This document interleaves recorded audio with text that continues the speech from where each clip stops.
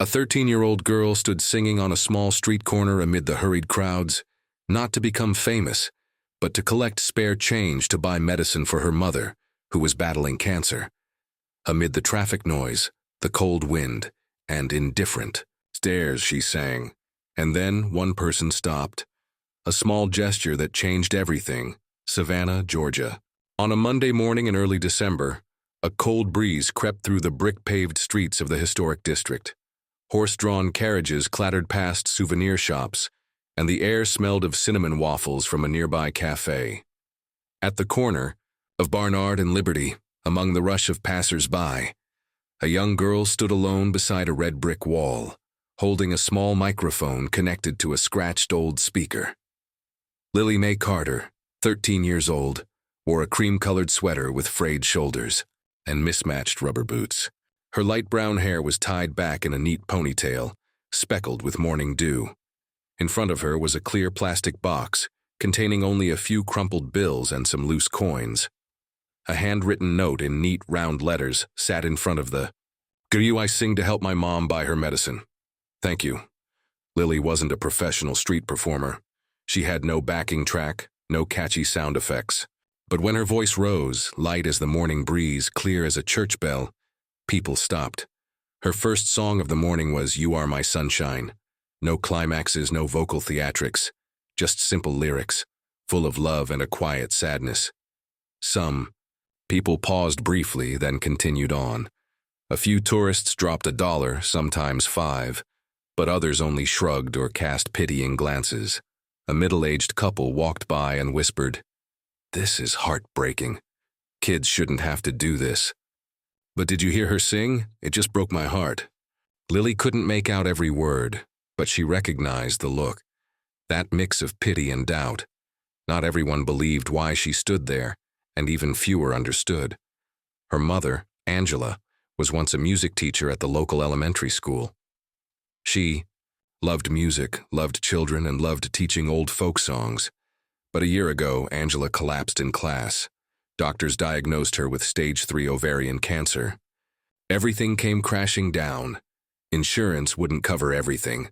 Lily's father had long since left, and the family had nothing left but debt and love. Lily used to be a top student, once dreamed of becoming a musician like her mom. But now, she attended school part-time, driving her mother to radiation appointments and singing on the streets on days when her mom could sleep without pain. She had no other choice. Music was no longer a dream. It was a fragile lifeline for both of them. That morning, as she finished her second song, "Amazing Grace," a slow clap echoed behind her. Steady, measured. An elderly man with silver hair and a lean frame walked forward with a wooden cane. He wore an old khaki coat and a gray wool scarf. In his hand was an enamel coffee mug. His eyes didn't rest on the donation box, but on Lily's face. "What's your name?" he asked. "I'm Lily, sir." "Lily. That's a beautiful name." "I'm Walter. That song, Amazing Grace, my wife used to love it. She passed from cancer 3 years ago."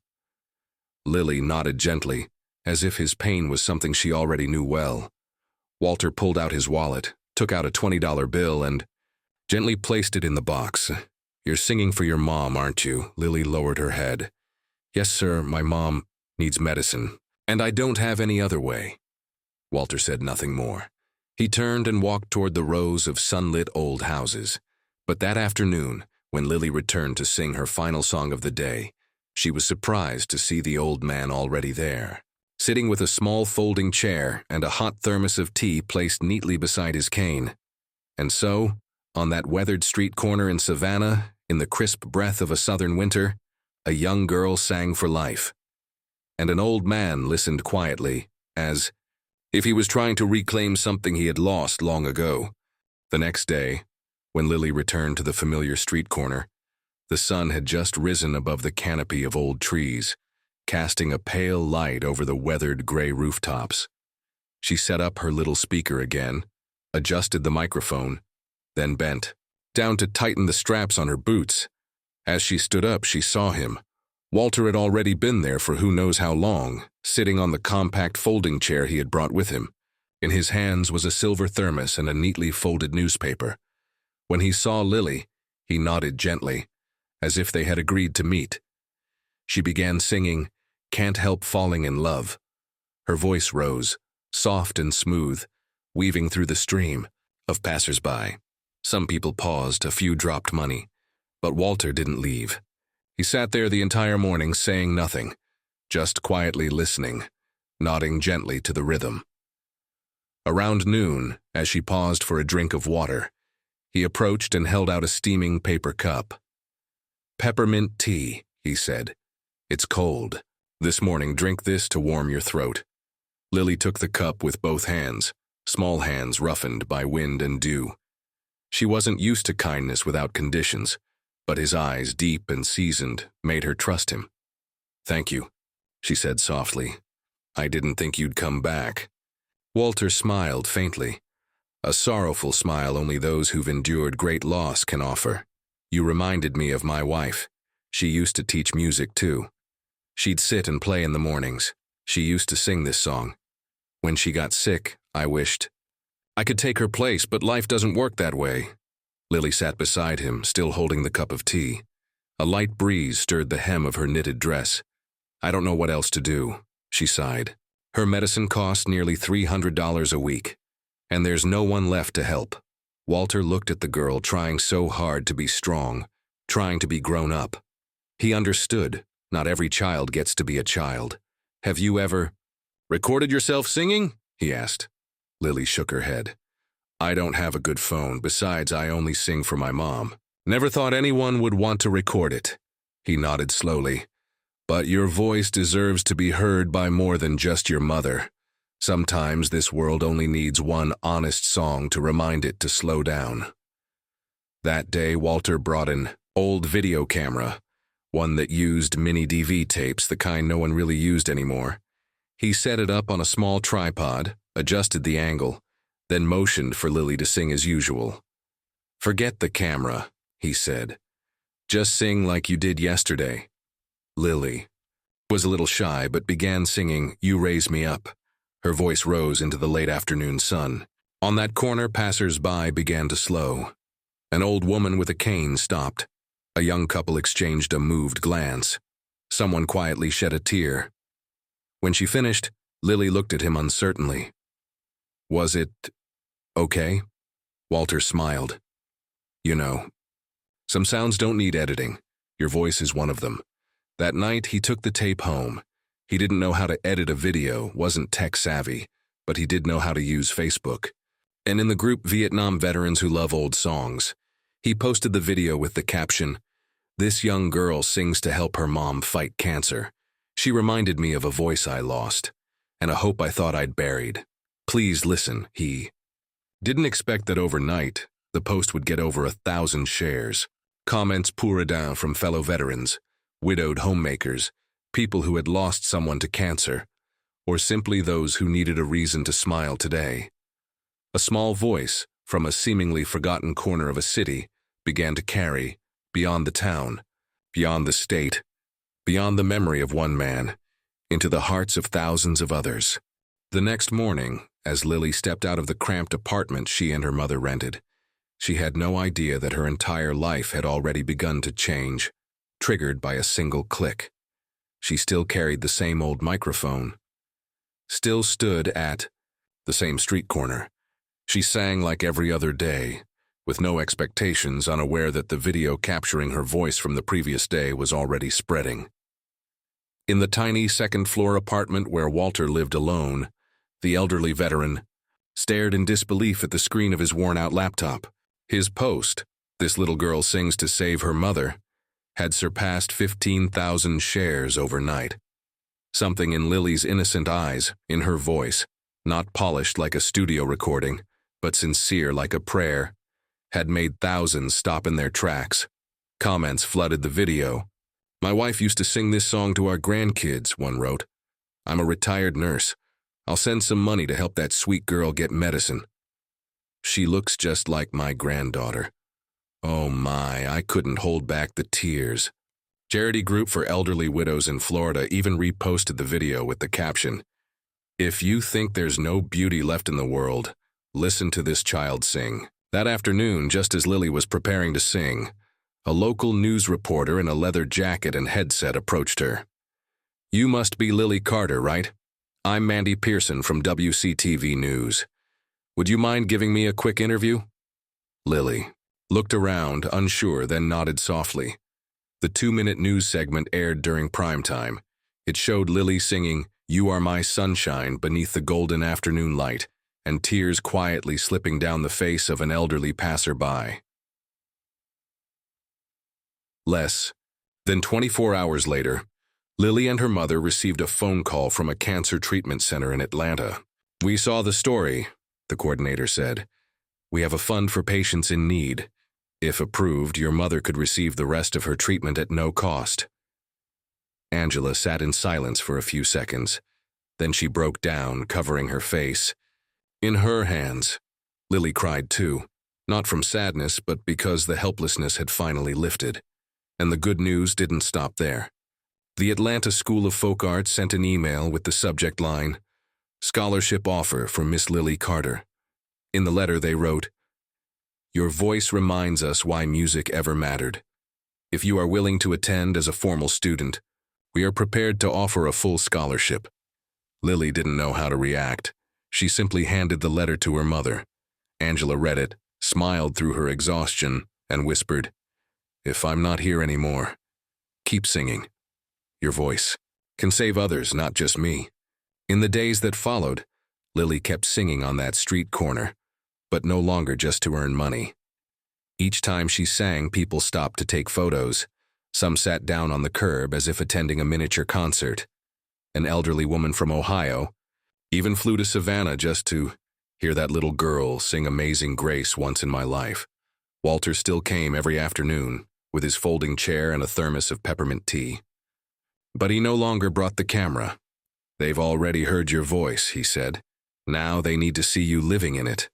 And so, from an old weathered street corner, the voice of a young girl was no longer just a whisper in the wind. It had become a chorus people sought when their hearts needed peace, a sound that rose not just from the throat, but from the deepest place in the human soul. Time waits for no one, and illness cares nothing for a child's hope. Although the treatment center in Atlanta had accepted Angela, and Lily sang each day like a living prayer, the illness within her mother's body continued its quiet, unrelenting march. The days when Angela could rise from bed grew fewer. Her voice weakened, but her gaze, whenever it met her daughter's, remained full of love, just as it had always been. One autumn morning, Savannah was cloaked in a fine mist, as if the city itself was slowing down to hold the hand of something about to depart. Angela passed away on a morning like that, gently, without a cry, her final breath leaving her body like a silent musical note. Lily sat beside her mother through the night. She didn't cry, she didn't scream. She simply held the frail hand, once the same hand that had guided her through her first notes, and whispered, "I'll sing, Mom. Even if you're gone, I'll keep singing."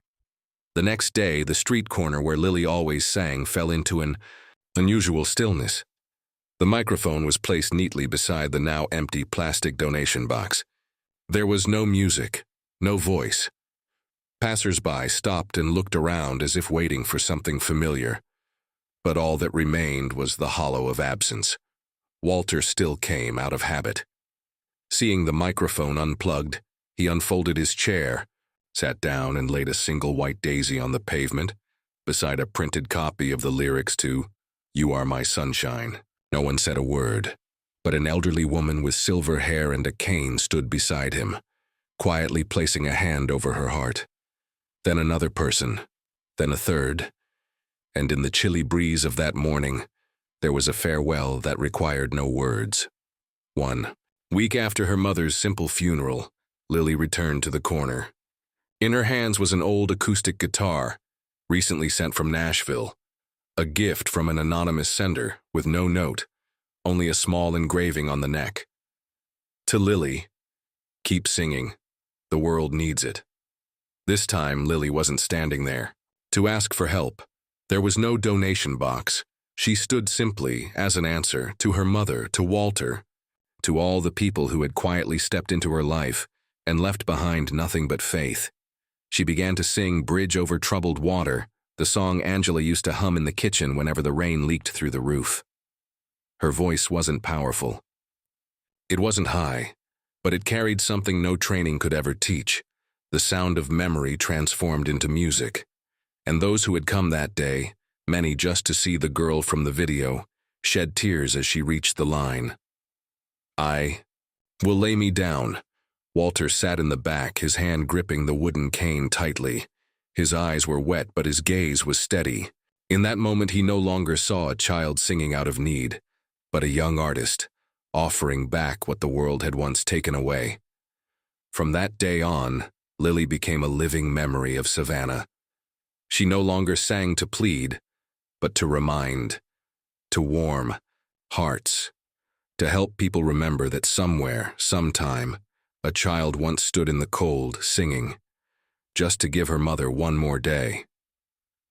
Walter, aging with each passing week, still came. But now he brought no camera, no tea. He simply sat quietly as if waiting for something he knew would one day come. And Lily, the girl who sang in the wind, still stood there every weekend. Not out of sorrow, but because of a promise. She sang for the mother who had gone, for those who once loved music, and for her own heart, the one that had been warmed long ago by the voice of a mother singing softly, just for her. 1 year after her mother's passing, Lily Mae Carter stood before the largest auditorium she had ever seen. Crimson velvet curtains hung from ceiling to floor, and the stage lights cast a bright beam across her face, leaving everything below in shadows. In her trembling hands was a folded sheet of paper with the lyrics to "You Are My Sunshine," the last song her mother ever hummed from her hospital bed, and the very first song Lily ever sang on that small Savannah street corner. The audience below her weren't passers-by anymore.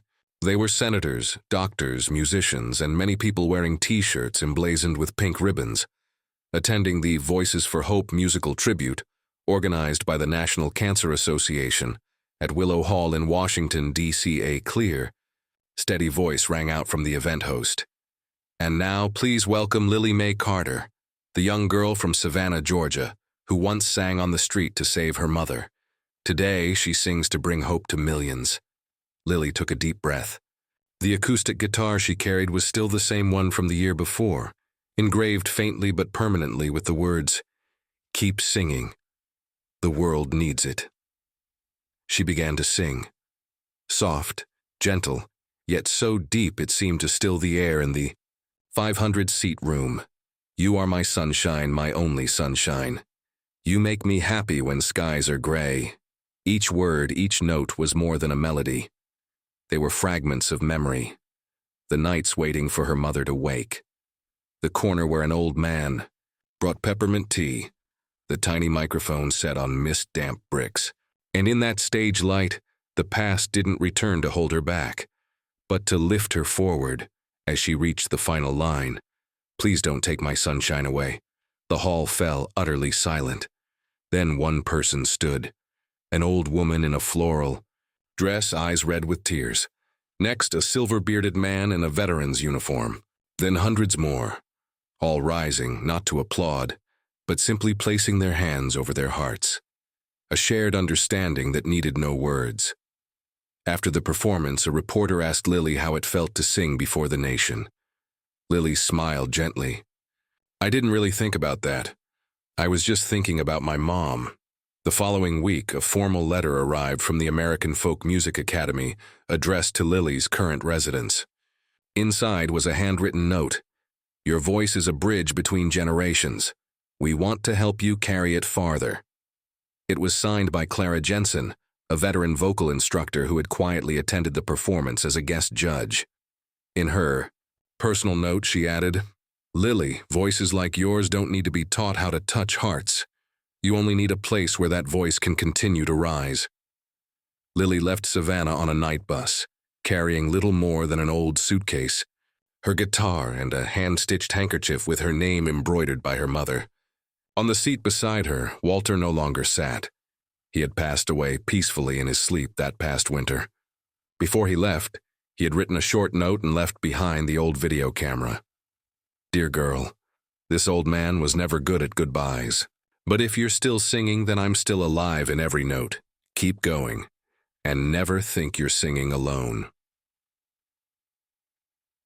3 years later, a community music center named Angela's Voice was founded in Savannah, where Lily began teaching music for free to children from struggling backgrounds. No fancy microphones, no big speakers, just a plastic chair, a guitar, and a whisper. Sing, sweetheart, for Mom. And so, the story came to a close, not with tears, but with quiet echoes. Still rising, a voice born from a lonely street corner, nurtured by unconditional love, had now become a steady light in the hearts of those who had lost, who had felt alone, who longed for something simple but beautiful. The sunshine never left. It just found a new way to shine, and thus ends the story of Lily Mae Carter, a young girl who once sang in the wind to hold on to her mother's life, now lighting hearts around the world with that very same voice. From silent sorrow to a radiant stage, from loss to hope, she made the world pause and listen to what truly matters: love and quiet strength. If this story touched you, even for a moment, please leave a few words in the comments below. It might be the smallest act, but the most sincere way to help preserve the beauty that's slowly being forgotten. Don't forget to like and subscribe, so whenever the world feels too loud, you'll have a place to return to, where stories like Lily's are still being told. We'll see you again on the next journey, where love remains gentle, quiet, but never fading.